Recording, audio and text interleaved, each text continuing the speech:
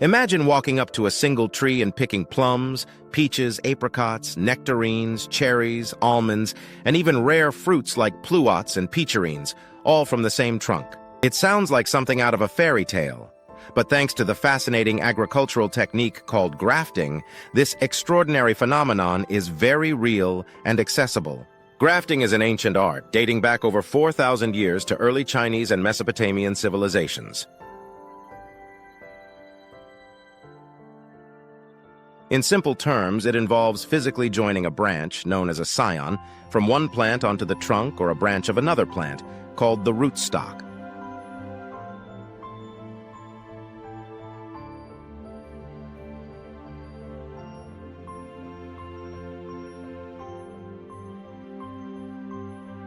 Over time, with care and the right conditions, these two separate plants heal together and grow as one.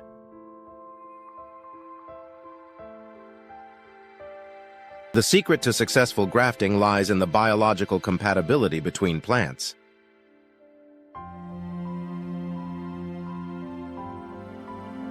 It's not magic, it's careful science.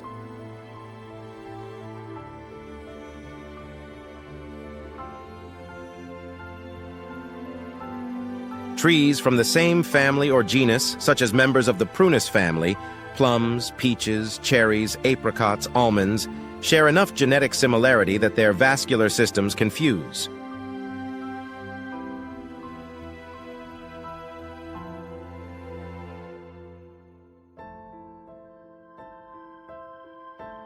This vascular connection allows water, nutrients, and sugars to flow between the different parts seamlessly, supporting the growth of multiple fruits.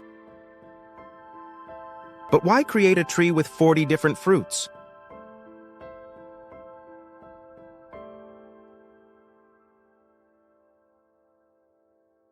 Beyond the sheer wonder and aesthetic beauty, grafting serves several important purposes.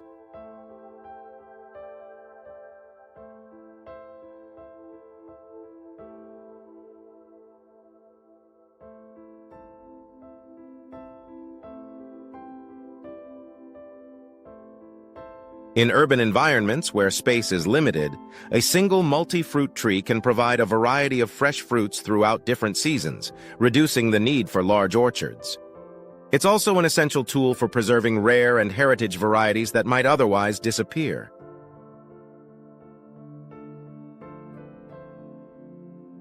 By grafting these rare varieties onto a healthy tree, growers ensure their survival for future generations. The Tree of 40 Fruit, a living masterpiece created by Syracuse University professor and artist Sam Van Aken, is perhaps the most famous example. His trees are not only visually stunning, blossoming in waves of pink, white, red, and purple during the spring, but they also stand as a testament to biodiversity and the preservation of heirloom fruit varieties.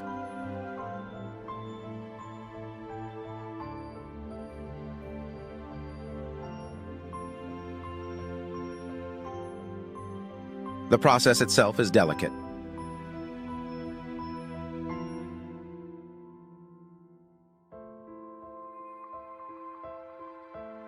Timing is everything.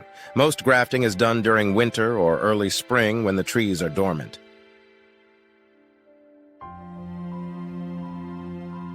Techniques like whip grafting, cleft grafting, or budding are used depending on the tree species and desired outcome.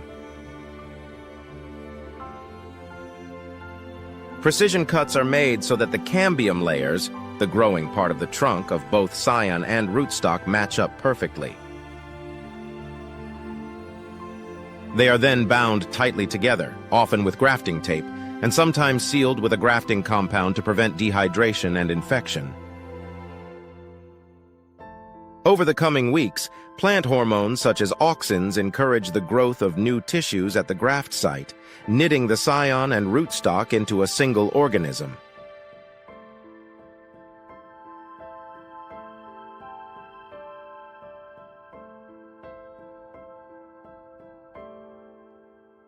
If successful, buds on the scion will begin to swell and eventually break into leaves and flowers, signaling that the graft has taken. Multi-grafted trees offer not only functional benefits but also environmental advantages.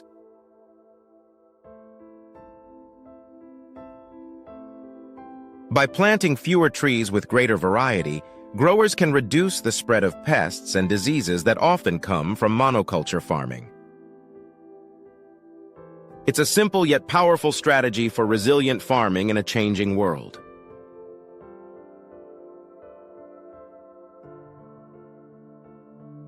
In the future, we may see backyards transformed into tiny orchards of abundance, where a single tree provides for an entire family across seasons. The science of grafting is not just a curiosity, it's a profound glimpse into what sustainable, diversified agriculture can look like.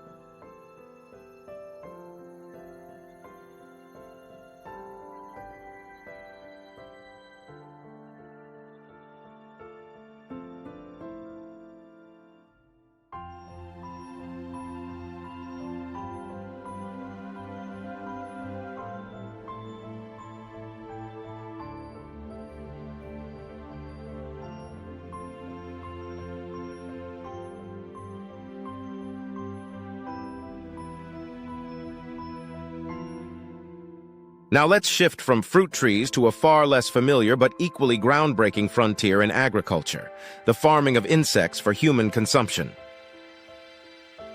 As the global population surges toward an estimated 10 billion people by 2050, the search for sustainable, eco-friendly sources of protein has become one of humanity's greatest challenges. Among the leading candidates for this next protein revolution,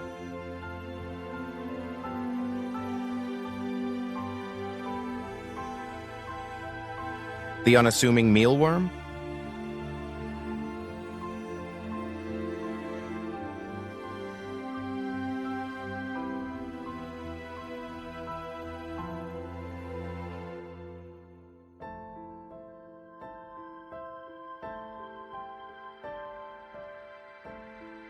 Mealworms, technically the larval stage of the darkling beetle, are poised to transform how we think about food. They are small, easy to cultivate, highly nutritious, and incredibly efficient.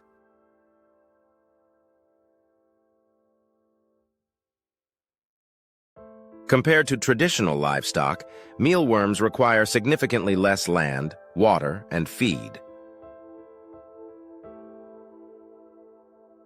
They also produce far fewer greenhouse gases.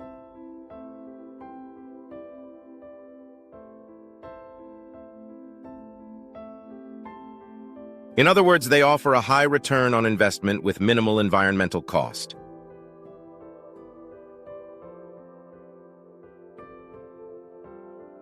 The farming process is surprisingly sophisticated.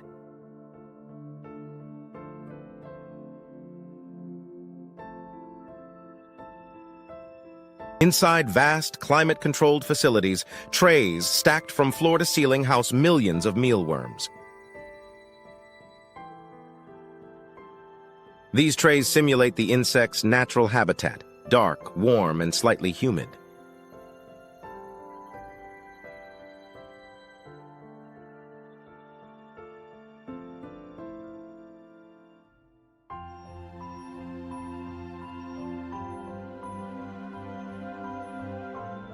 They are fed diets of bran, oats, carrots, and sometimes even agricultural waste, turning what would otherwise be discarded into valuable protein. Their life cycle is short but productive.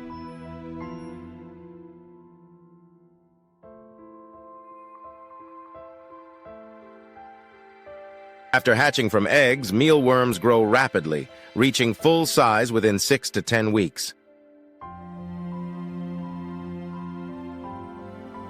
Once harvested, they undergo rigorous processing to ensure food safety.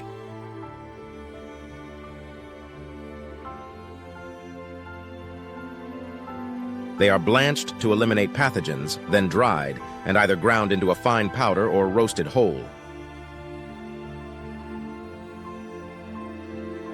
The final product is a nutritional goldmine.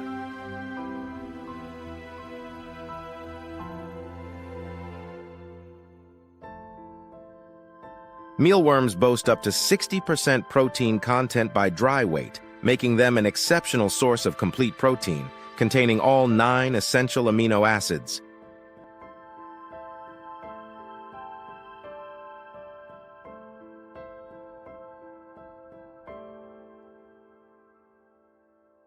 They are also rich in healthy unsaturated fats, fiber, vitamins like B12, and crucial minerals like iron, zinc, and potassium.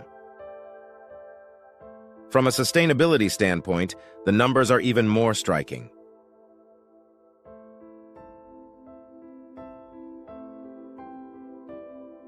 Producing 1 kilogram of beef protein requires about 15,400 liters of water, whereas mealworms need less than 1,000 liters.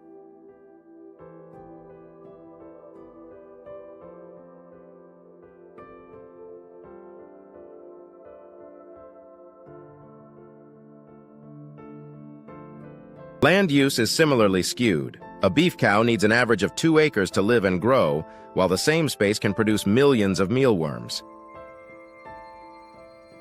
And because they are cold-blooded, mealworms are far more efficient at converting feed into body mass. Up to 90% of what they eat becomes edible protein. Globally, acceptance of edible insects is already growing.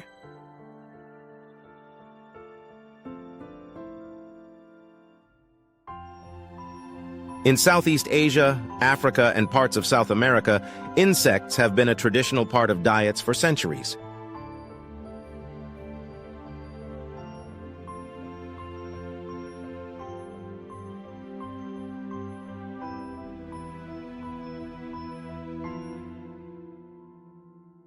In Thailand, fried insects are sold as street snacks.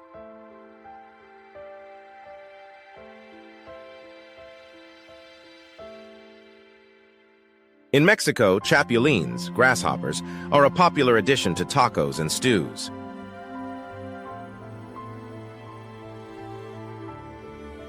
In Europe, the tide is turning too.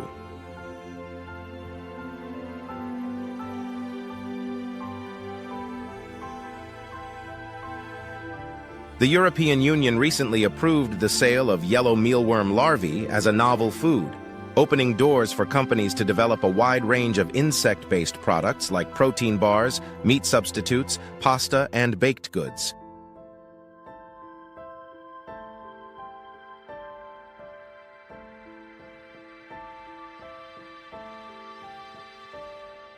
Big companies and startups alike are investing millions into insect farming technologies, seeing it not just as a niche market, but as a vital necessity for future food security.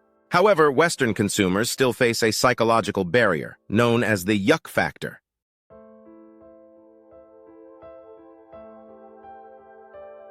Overcoming this is key to mainstream adoption.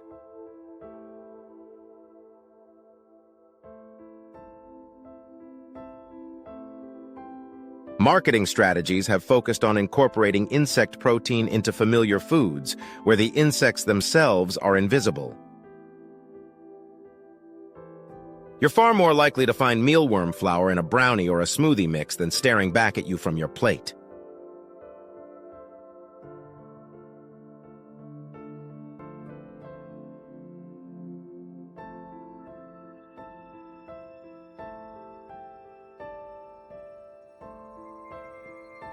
Education also plays a crucial role.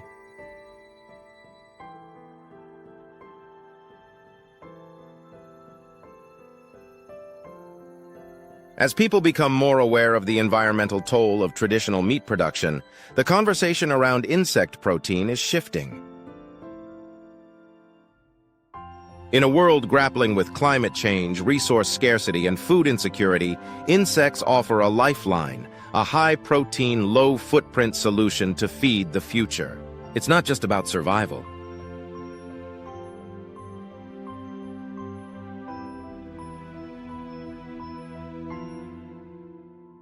It's about innovation.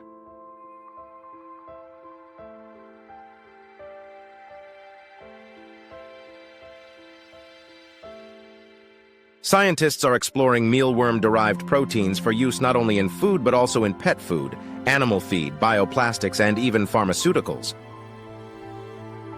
Insects could underpin a new circular economy where waste is minimized and efficiency is maximized.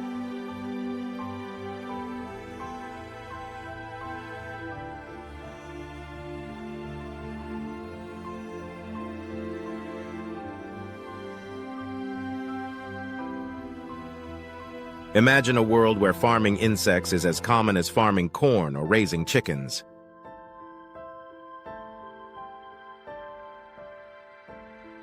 Where your protein smoothie comes from mealworms raised on recycled vegetable scraps, and where the carbon footprint of your diet shrinks dramatically.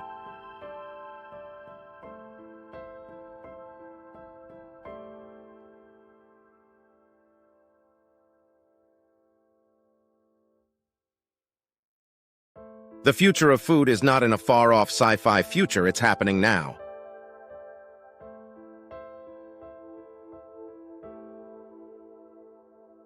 From trees that grow 40 kinds of fruit to tiny larvae that might save our planet, nature's solutions are already here, waiting for us to understand, embrace, and cultivate them.